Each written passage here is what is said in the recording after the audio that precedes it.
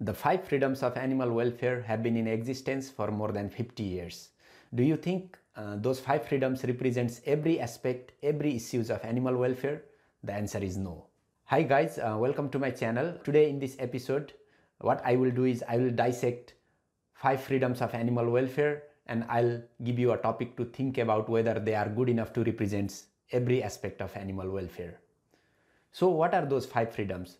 Those 5 freedoms include freedom from hunger and thirst, freedom from discomfort, freedom from pain, injury and disease, freedom from distress, and freedom to express normal behaviors. So there are 5 of them. So if you dissect them closely, there are few patterns there. There are a few common things. The first common word is freedom. In all of those 5 points, the common word is freedom. And in 4 of them, there are 2 common words, freedom from. So freedom from hunger, so freedom from is common, freedom from discomfort, again freedom from is common, and freedom from pain, injury and disease, again freedom from is common, and freedom from distress and fear, again freedom from is common. And in the 5th point, there is freedom too. So in 4 of them, the words freedom from is common, and in 1 of them, there is freedom common. So those 4 of them, what they are doing is they are talking about freedom from something. And what is that something? Something is either hunger, something is pain, something is distress, something is discomfort.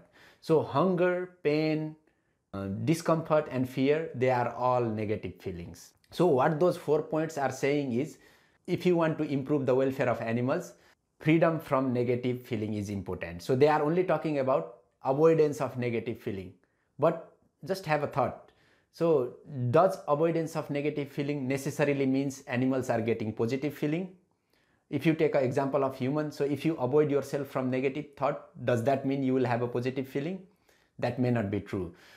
That is what is lacking in the 5 freedoms of animal welfare.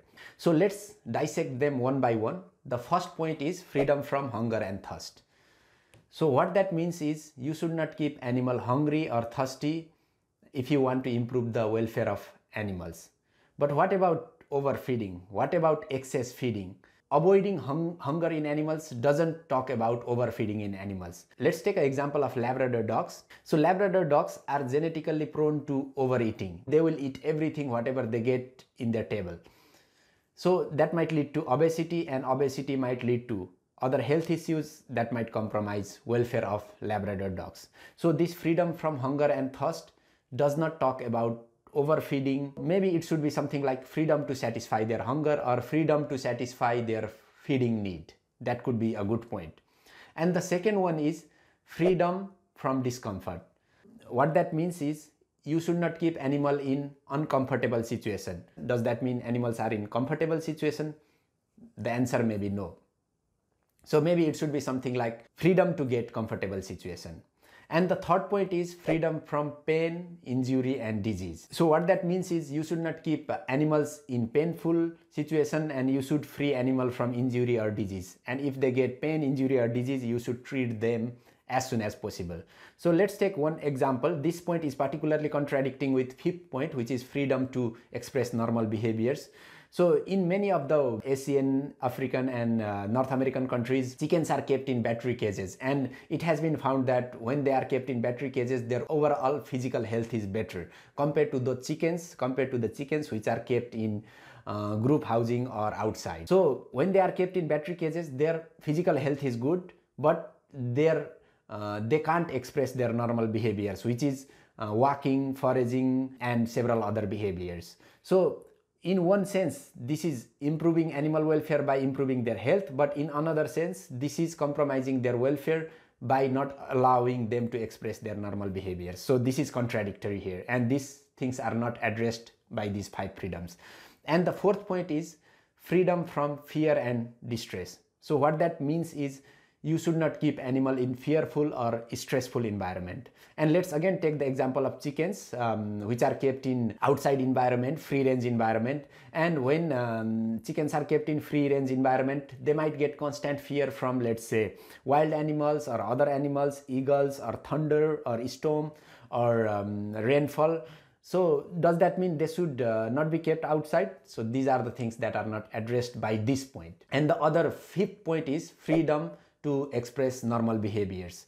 So what that means is animals should be allowed to express their normal behaviors. So let's take one extreme example, which is lion eating zebra. So the normal behavior of lion is to eat zebra, but is the normal behavior of zebra to be eaten by lion? So when you are talking about welfare of lion, in the other hand, is compromising the welfare of zebra.